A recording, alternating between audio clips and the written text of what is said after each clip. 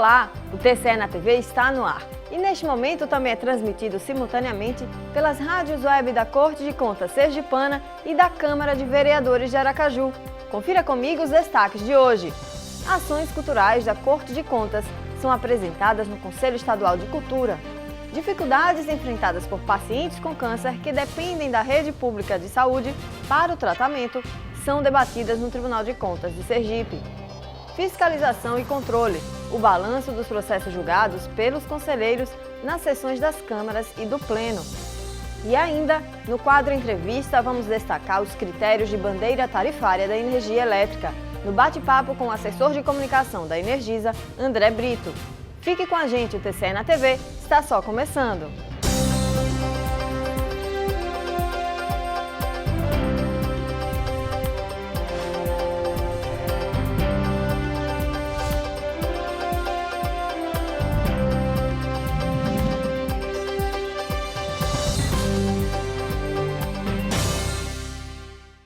E a gente começa esta edição falando da palestra proferida pelo presidente da Corte de Contas Sergipana, Clóvis Barbosa, no Conselho Estadual de Cultura. Na ocasião, os projetos culturais realizados no TCE nos últimos 2 anos foram apresentados aos membros do órgão. Confira os detalhes na reportagem de Juliane Balbino e Mica Neto. Desde o ano passado, o Tribunal de Contas tem promovido periodicamente atividades como exposições fotográficas e de artes plásticas, apresentações musicais, lançamentos de livros e documentários. As ações que valorizam e promovem a diversidade cultural do Estado foram citadas como exemplo para justificar o convite feito ao presidente da Corte de Contas para palestrar. Em primeiro lugar, é algo bastante significativo. Temos o presidente do Tribunal de Contas em nosso colegiado.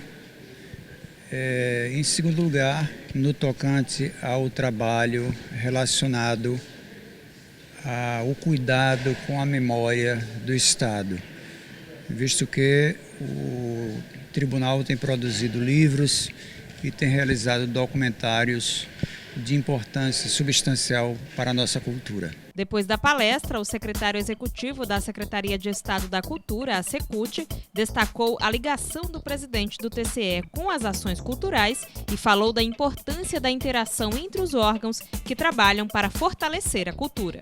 Recebe muito feliz esse apoio e, na verdade, ele fica ainda à disposição do próprio Conselho, no próprio 50 anos do Conselho.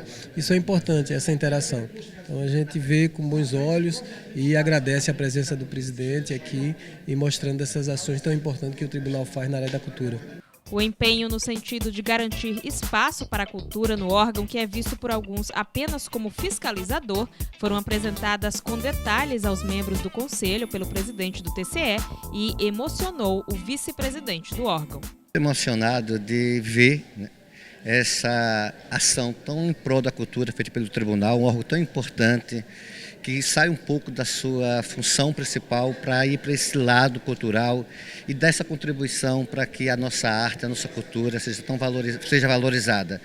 Então, que essas ações continuem, são ações que trazem um significado muito grande para os artistas e foi muita honra, com muita alegria, que eu pude constatar que essas ações estão acontecendo e estão acontecendo de uma forma tão bacana. O Conselho Estadual de Cultura de Sergipe é composto por 14 pessoas que têm representatividade cultural no Estado e foi criado em 1967 com o objetivo de fomentar e planejar ações na área da cultura.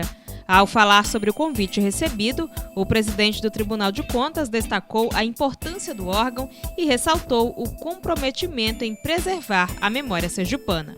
O Tribunal faz este trabalho já há algum tempo e nós apenas estamos dando continuidade.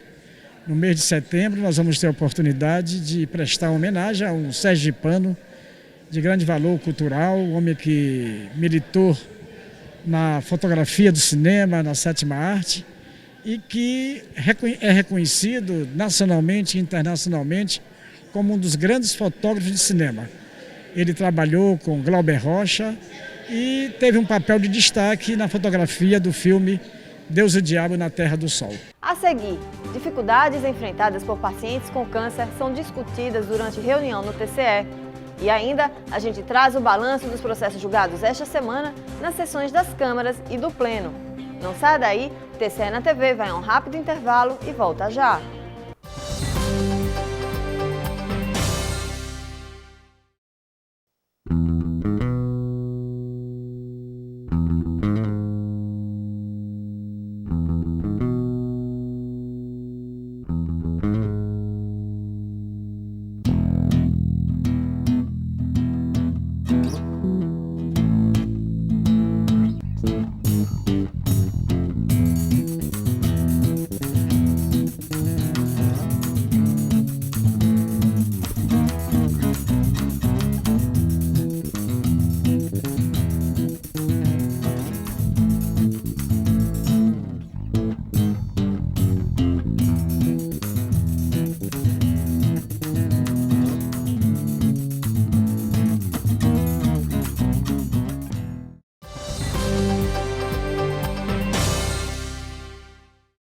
De volta do intervalo, a gente destaca a reunião realizada no Tribunal de Contas de Sergipe para debater as dificuldades enfrentadas por pacientes com câncer que buscam atendimento na rede pública. O assunto é um dos destaques de hoje do Giro de Informações. O Tribunal de Contas do Estado doou diversos equipamentos que não estavam sendo utilizados no órgão para a Fundação Renascer. Entre as doações, televisores, ventiladores e móveis. A ação foi formalizada em uma visita do presidente da Fundação, Wellington Mangueira, ao presidente do TCE, Clóvis Barbosa. Durante 2 dias, os servidores do Tribunal de Contas receberam capacitação sobre a Lei de Responsabilidade Fiscal, a LRF. O curso, com carga horária de 16 horas, foi ministrado pelo analista de controle externo, Fernando Marcelino. Entre os temas abordados, os elementos centrais da LRF e a sua utilização no Tribunal de Contas. O foco estava em torno dos fatores impeditivos à LRF, a exemplo da corrupção e em relação às despesas com o pessoal nos municípios sergipanos. A proposta é identificar no próprio sistema do TCE onde buscar elementos para melhorar a qualidade do trabalho. Representantes de diversas entidades que atuam no combate ao câncer foram recebidas no Tribunal de Contas pelo presidente Clóvis Barbosa e pela vice-presidente, a conselheira Suzana Azevedo. Na reunião, foram debatidos os principais problemas enfrentados na luta contra o câncer no estado. Entre eles, dificuldades de deslocamento, falta de transparência nas filas para os tratamentos e falta de medicamentos. Na ocasião, a conselheira Suzana Azevedo ressaltou que todos os problemas e ações para contorná-los estarão no termo de ajustamento de gestão, o TAG, que os gestores da saúde e dos hospitais irão assinar junto ao tribunal como resultado de 2 audiências públicas sobre o tema.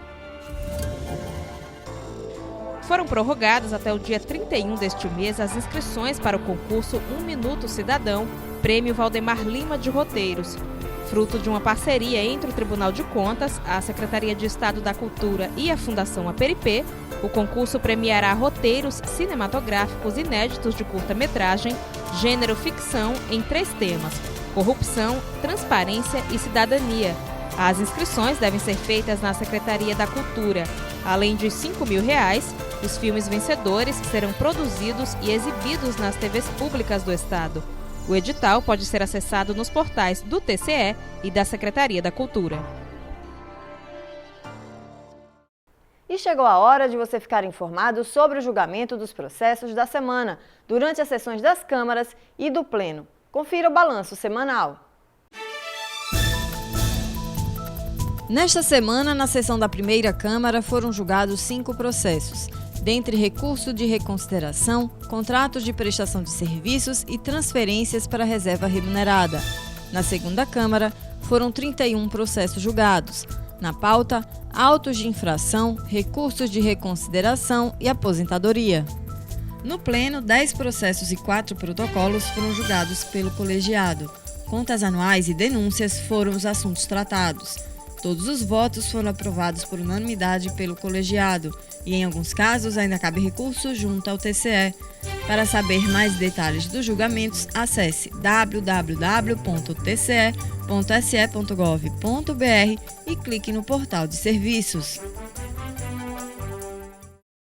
Em instantes. A gente destaca no quadro Entrevista o bate-papo com o assessor de comunicação da Energisa, André Brito. Entre os assuntos, os critérios das bandeiras tarifárias. Fique com a gente, o TCE na TV volta já!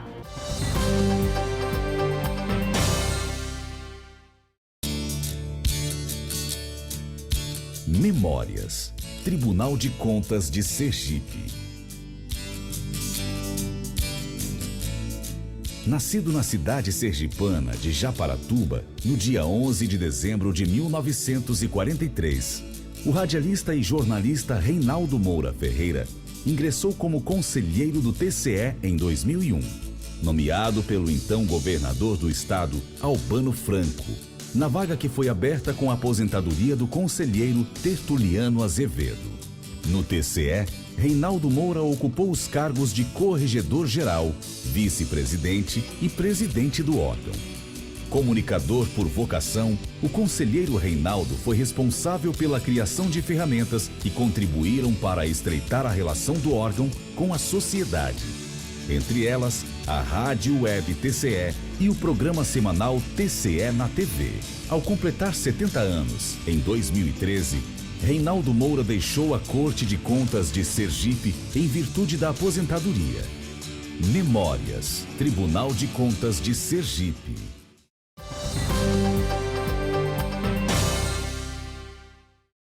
No quadro Entrevista desta semana, vamos falar sobre os critérios das bandeiras tarifárias da conta de energia elétrica. E o convidado para explicar esses e outros assuntos é o assessor de comunicação da Energisa, André Brito. Acompanhe!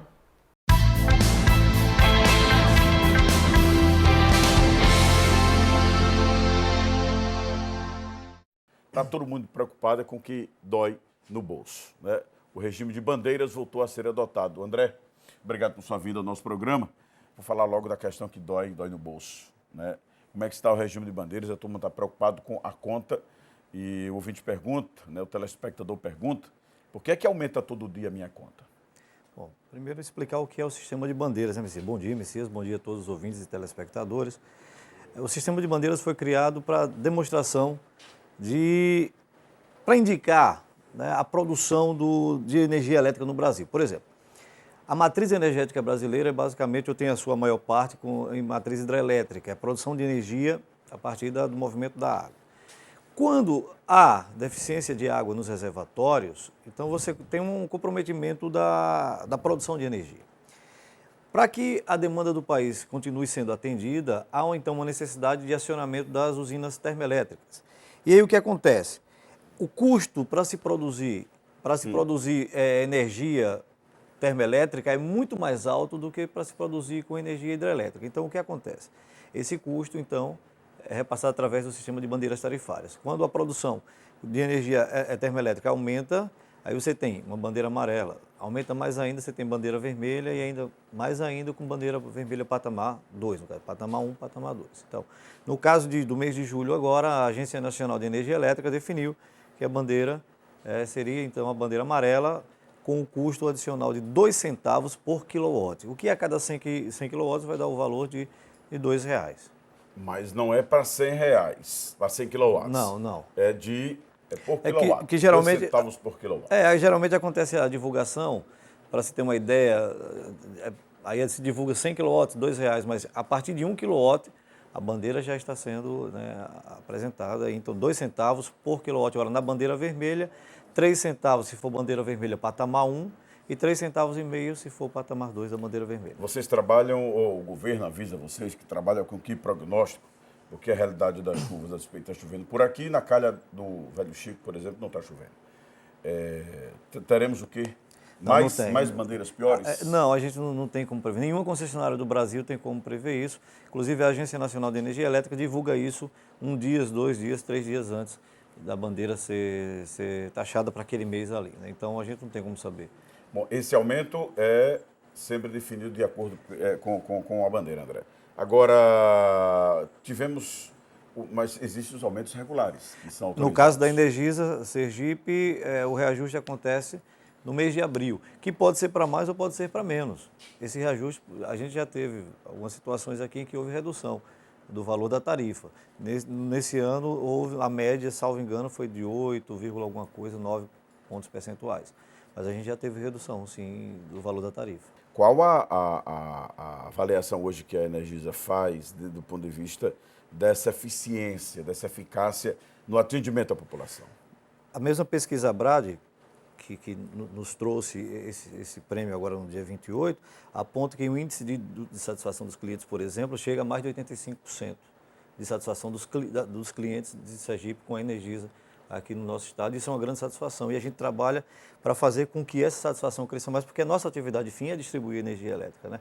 Você falava aqui que nós estamos agora num período de chuva, mas com chuva, com sol, noite e dia, nós temos toda a carga operacional trabalhando para que, se faltar energia, a gente esteja lá para resolver. Estamos num momento extremamente atípico, ventos 60 km por hora. O clima está, né, frio em Aracaju, quando foi que se ouviu falar nisso, né?